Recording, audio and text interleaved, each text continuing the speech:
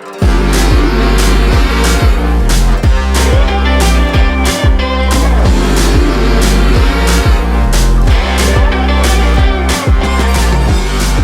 it going, today? Welcome back to the Griffin North. Welcome to a beautiful weekend here. Today is currently May 25th, 2024, and today we're going to be introducing you to the sideline project, going through everything that we did to the sideline project last weekend, as well as how things are progressing so far. So if that sounds like a good idea to you, make sure you hit the subscribe button. You don't miss a single thing about this content.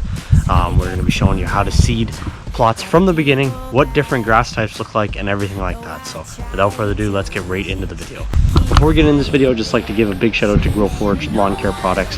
They are the ones who supplied all of the fertilizer as well as the grass seed for this sideline project, and they're going to be running a contest with us, so one of you can get one of their export lawn packs coming up soon. So if you want to know how to get in that contest, make sure you stick around to the end of the video so you can hear about all the details about how to get your hands on some of their products. But graciously thank you to them for sponsoring this video. Thank you for them for supplying everything and allowing these plots to happen.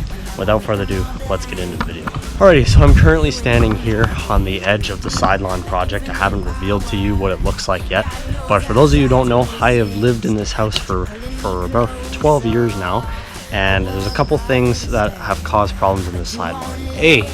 We have these big maple trees. They're actually planted at the turn of the century by the old schoolhouse beside us. So this year they are going to be 124 years old. And unfortunately, we had one here that, and a couple years ago, part of it fell on a house in a tornado we had, and it has been suffering from disease. So unfortunately, finally this year it had to come down and we had to replace it with a new one. So this spring, when this tree came down, they had to bring in a big crane and crane the stuff over the house, and had a machine. They went back and forth in this lawn, which was kind of the final nail in the coffin. There's a couple things. This is the main source of traffic from my driveway into the backyard, so this area gets a lot of foot traffic. When we built the deck, there was a lot of foot traffic back and forth. They dropped the lumber on the side yard. When they did the roof, this was right here was where they set up the ladders to go up and down, bring all the shingles. They piled shingles on the side lawn. So this side lawn has been getting a beating since day one, as well as in the fall when all the leaves get swept up. They normally get carried down to the driveway so they can go out to the curb. So this side lawn has been getting a beating since day one. Finally this year I decided that I've had enough and it was time to reseed it. For those of you who were around last year, you know that GrowForge graciously sponsored my small test plots that I did, and I was very happy with the way those turned out, and I decided this year I was going to do large test plots. So as I announced last week, what I planted here was I planted 5 total test plots, and today we're going to be walking you through what the test plots look like. Without further ado, let's cut back to last weekend and let's tell you what I did to the sideline.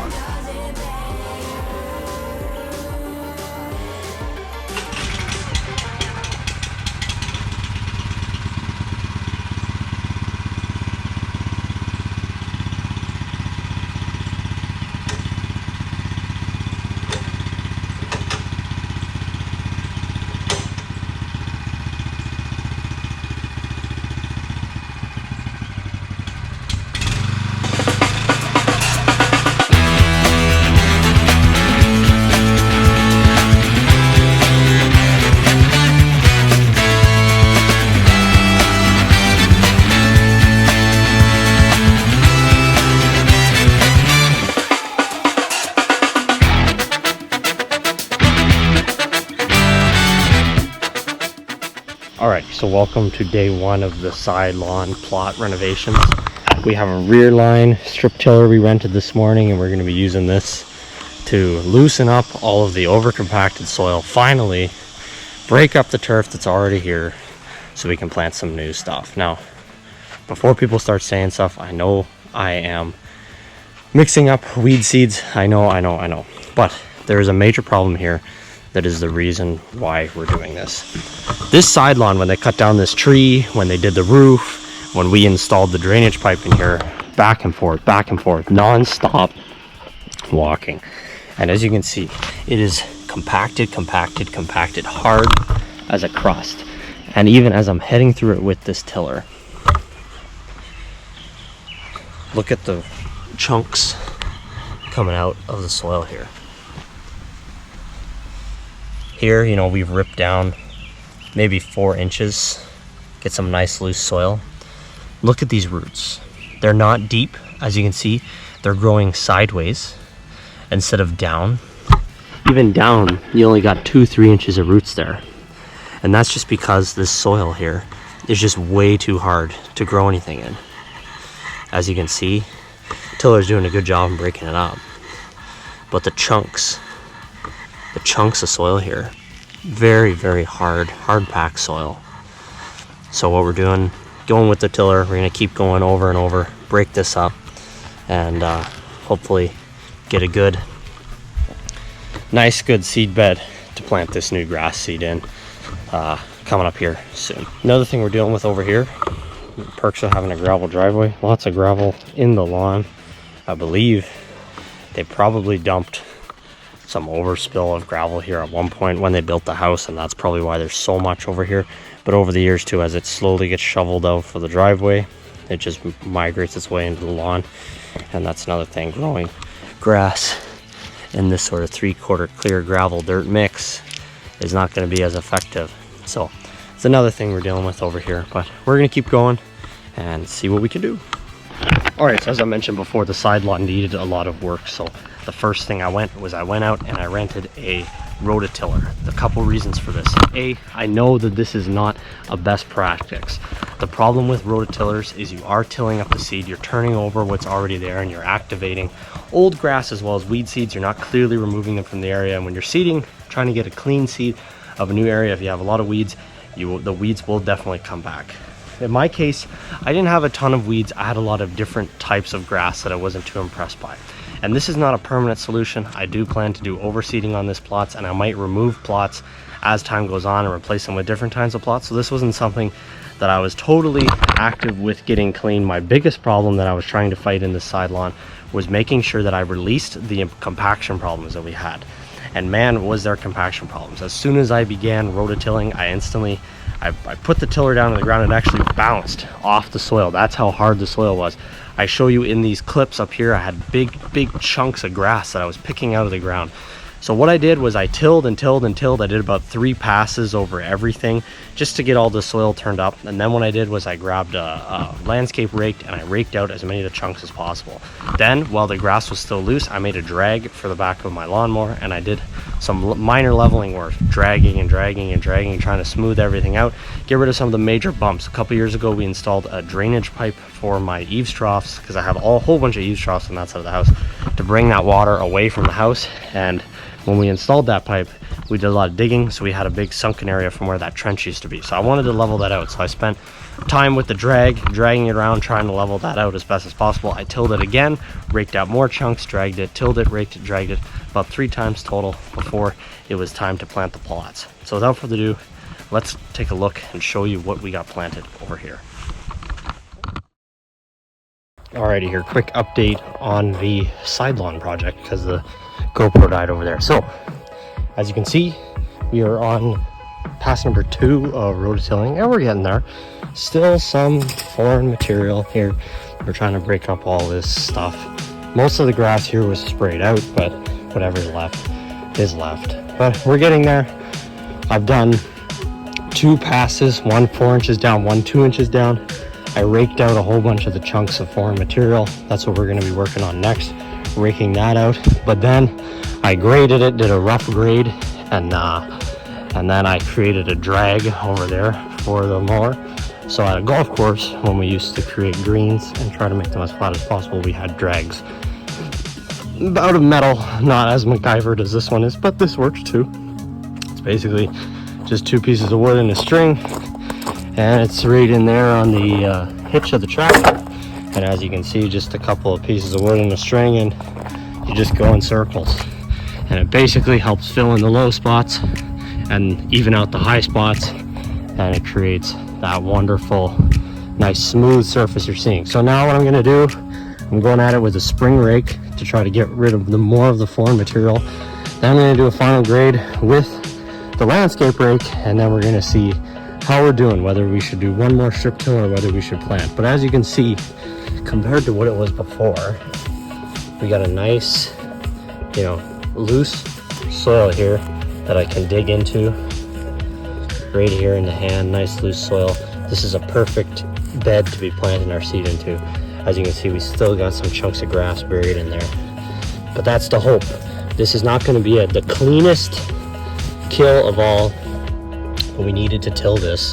And I know, tilling, I'm turning up foreign weed seeds, I'm turning up foreign objects, but this was just so over compacted that I pretty much had no other choice. So this has been all tilled nice and loose. I think once we grade this, there's some low areas, as you can see here and over here, that we're gonna have to fix. We're gonna be using some soil from the old test plots to help out with the new test plots.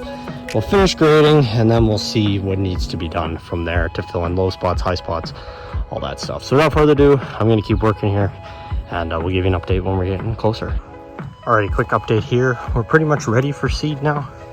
As you can see, back and forth, lots of grading. One of the biggest problems I have here is just trying to get rid of the low spots. So lots of back and forth and grading work here, using the drag, using the lawnmower, doing circles. As you can see, nice loose layer of soil here to plant the seed in. Very happy with that. We'll throw the seed down and then we'll blend some of the soil on top, and that'll be a perfect seed bed for our new seed to grow in. As you can see, some organic material left over. This stuff will just break down over time.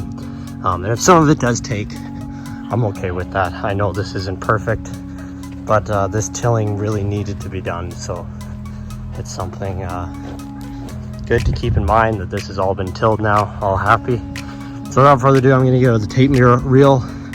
I'm gonna start marking out these plots to get ready for seed. Alrighty, so again, as mentioned, we are here about to seed the plots. We have plot number 1 over here, first plot from the backyard. This is going to be the Mercury Kentucky Bluegrass seed. This area is partial shade. Hopefully this will work well here. Beside that Kentucky Bluegrass, we have another Kentucky Bluegrass, SR 2100. We're going to be talking about all the features of all of them coming up soon, but that's the next one. Beside that, we have the Santima Creeping Red Fescue. That's going to be the next plot over here. Beside that, we have the Garnet Creeping Red Fescue. This is going to be a little bit of a bigger plot, but here to here. And then beside that, we have the biggest plot, 21 by 30 of the DLF Pick Seed GrowForge Elite Turf Grass blend. So this blend is pretty much all 4 of those seeds combined, as well as a couple other things. So this is the biggest plot. I want to see how this is going to fare here. This is partial shade. That's partial sun. All of these plots are partial shade. There isn't a single plot here that is full sun. So unfortunately, but this is the area I'm using right now. In order to put the seed down, I'm going to be using this Scott's drop spreader. Now, the difference between a drop spreader and a broadcast spreader, which I have over there, is the drop spreader has these little holes on the bottom that open up and allow the seed to fall out. But the drop spreader doesn't broadcast. So when the fertilizer comes out of this spreader, it falls on this little spinning disc down here, and this disc spins and it tosses that fertilizer out. But with a drop spreader, everything falls right down, so I can get a perfect line here right down the edge of these areas. So without further ado, we're going to be seeding these areas. Each area is going to be seeded at 5 pounds per 1,000. So I did the square footage math to figure out how much I need per each. We'll be showing you that upcoming soon. Without further ado, let's get these plots seeded right now, and then we'll be ready to go. Hooked on you, baby, you're golden. Time moves, I never noticed, just can't get enough. Got me wonderstruck.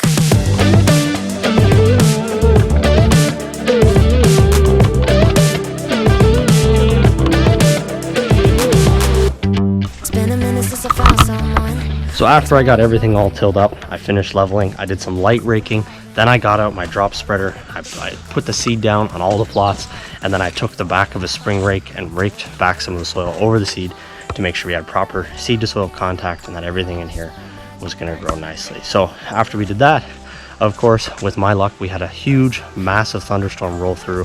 We got about 1.5 inches of rain in the space. All right, so this big plot here, from there to those flags over and back, this one right here, this is the GrowForge Elite turf grass blend. And as you can see, we do have some grass starting to come up right here. So as I mentioned in that clip about the washout, when it rains there, we kind of have a drainage area there with the downspout and the pond. The pond's kind of almost a catch basin, and there is a buried underground grate that takes the water away to daylight over there. But when it rains really heavy, the water comes off the roof and it kind of flows down the patio, and there is a big swale here that we kept that keeps the water flowing down the driveway and away from the house. So this area is where I am noticing some washout, and as you can see, there's big clumping of seed here where it washed out. So some of this will have to be touched up here, and as you can see, lots of gravel in here from years of shoveling, but some of this will have to be touched up here. Some of this grass here is stuff that just ended up staying, didn't get completely tilled out. As I said, I know these are not going to be the cleanest plots in the world, but I was looking for something better than what I already had, and that's what we're going to get here. So, and I did have to do some minor work here. When it washed out, some of the soil from over there dammed up on the patio here, so I had to kind of clean this out. So again, this will probably have to be repaired with seed soon, but that's kind of how this plot's looking. So we are currently sitting at 8 days since this has been seeded, and I am seeing some grass coming up. I wouldn't expect to see anything. Normally 7 to 14 days is what they say, but I'm assuming that this is probably the fescue that I'm seeing coming up. So as you can see, some coming up over here. As you walk around in here, we got a little bit there, a little bit there. So it is coming up slowly but surely. You can kind of see it just starting to come up in here. So this plot here, not seeing too much going on, but this is a big plot. This is going to be the elite turf grass plot. So what we're going to do, we're going to give it about a month, see how it fills in. If it doesn't fill in, then we'll hit it with some overseed in some of the bare areas, and hopefully be mowing it in 2 months is the plan. By well, that will be July 1st weekend, will be about a month from this. So alright, so this plot was overseeded with Garnet Creeping Red Fescue. The germination rate on this is 7 to 12 days, and the expected seeding rate is 4 to 6 pounds per 1,000 square feet. Garnet is a tough, persistent grass that is well adapted to deep shade, hot summers, and lower fertile soils, higher salt conditions, and lower maintenance solutions. Garnet is a pleasing dark green color and has a medium fine leaf texture, and will spread by producing long underground rhizomes and have a large number of tillers for favorable conditions. Garnet is a very persistent and has improved heat and drought tolerance. This is the first plot. Let's see how it looks. So this first plot here, it runs from the edge of the pond here over to these flags here. This is the Garnet Creeping Red Fescue, and I noticed about yesterday, after that first, we had a big rainfall yesterday, that I am starting to see some stuff come up here. So as I mentioned before, all of this was hit with a starter fertilizer before the seed was put down, and these 2 fescue plots, as soon as the grass started coming up, I hit it with a TPA starter as well, foliar application. So as you can see, this is starting to come in quite heavy. We are starting to get quite a bit of germination there. I would say that I'm very happy with the germination on this plot. I don't think this is going to need much overseeding in bare spots, and if it does, I think a couple good hits with fertilizer and this should come in good. So as you can see, it's just baby now, but I would say probably in 2 and a bit weeks, this fertilizer this grass will be coming up perfect here, and ready to be mowed probably by the end of the month. So this is the Garnet Creeping Red Fescue. We'll take still shots as well. This is Garnet Creeping Red Fescue after 8 days, as you're seeing quite a bit of germination. So I'm very pleased with this. I would actually suggest maybe if there's someone who's looking for a quick way to get a heavy germinated grass, this one and the other Creeping Red Fescue came up very quick. We're going to see how they last throughout the summer. I know that they're not as tolerant to traffic as the old Kentucky bluegrass, but that's what the Garnet Creeping Red Fescue looks like after 8 days. The next plot is Santama Creeping Red Fescue. The germination rate on this plot is 6 to 9 days at a seeding rate of 4 to 6 pounds per 1,000 square feet. Santama is a slender creeping red fescue that has long been the standard where salt tolerance is required. Slender creeping red fescues are excellent for low maintenance sites, short rhizomes for repair, and a short growth habit. It's particularly well suited for use in mixtures on roadsides where salt is used during winter for ice control. It has a high density medium dark green color. It demonstrates excellent red thread resistance and is good for low tolerance mowing. Next plot beside the garnet, we have the Santama creeping red fescue. So you can actually see here on camera, oh, it's hard to see on camera, but as mentioned, the two fescue plots are the only two where we're actually seeing germination. Not a lot of germination for the Kentucky bluegrass. That's completely expected, and we are seeing a little bit here and there with the mix, but the mix is a lot more to Kentucky bluegrass than it does fescue, so that's probably why. But this is the Santama creeping red fescue, and as you can see, tons of germination in here. I would say one's probably about a day or two ahead of the garnet beside us, so I'm very happy with how this looks. Lots of germination in here. Again, looking at the way this plot looks, I don't think I'll need any overseeding here. These were put down at about 6 pounds per thousand, but these plots are pretty small. They're only about 320 square feet each. But yeah, so I'm very happy with how this is coming up here. As you can see, do a little bit of inconsistencies leveling again. We had some washouts come in right after I seeded, so that was kind of unfortunate. But yeah, hoping to see this come up really nice soon.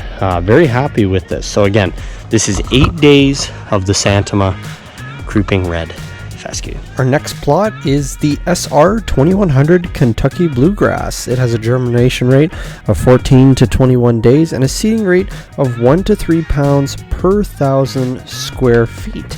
SR 2100 Kentucky Bluegrass is unique to Kentucky Bluegrass developed for the needs of sod growers, sports turf managers, and homeowners. It is a vigorous, very aggressive variety with medium dark green color and good turf performance.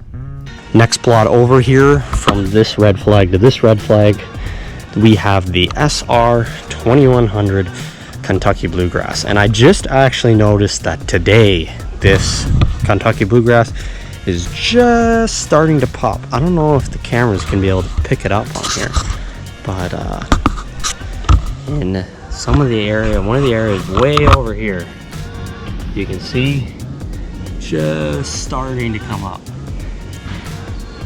Just barely. So again, with the washout, I think there's going to be some inconsistencies in these bluegrass plots, but again, for 8 days to see some bluegrass coming up, that's pretty good. This got hammered pretty hard with fertilizer, and it has been pretty much wet non-stop, but yeah, very excited to see this bluegrass starting to come up. Happy to see it growing in.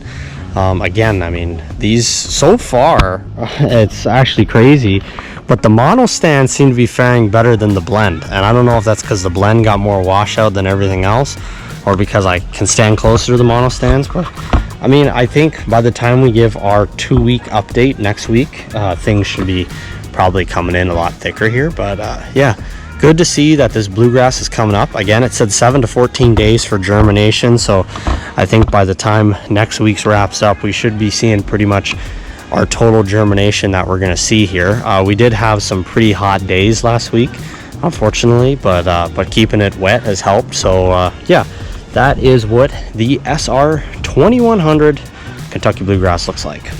Our final plot is Mercury Kentucky Bluegrass. Germination rate of 6 to 12 days, seeding rate of 2 to 4 pounds per 1,000 square feet.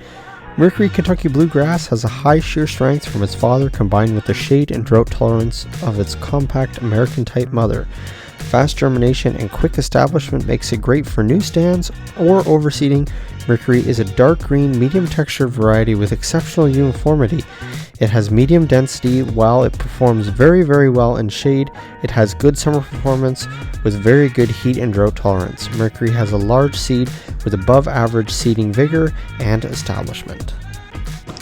This final plot here, from here, this flag here, over to the grass over there, this is the Mercury Kentucky Bluegrass. Again, I'll put up a picture with the talking points, but this one here is looking not too bad. I'm not seeing a ton of germination here.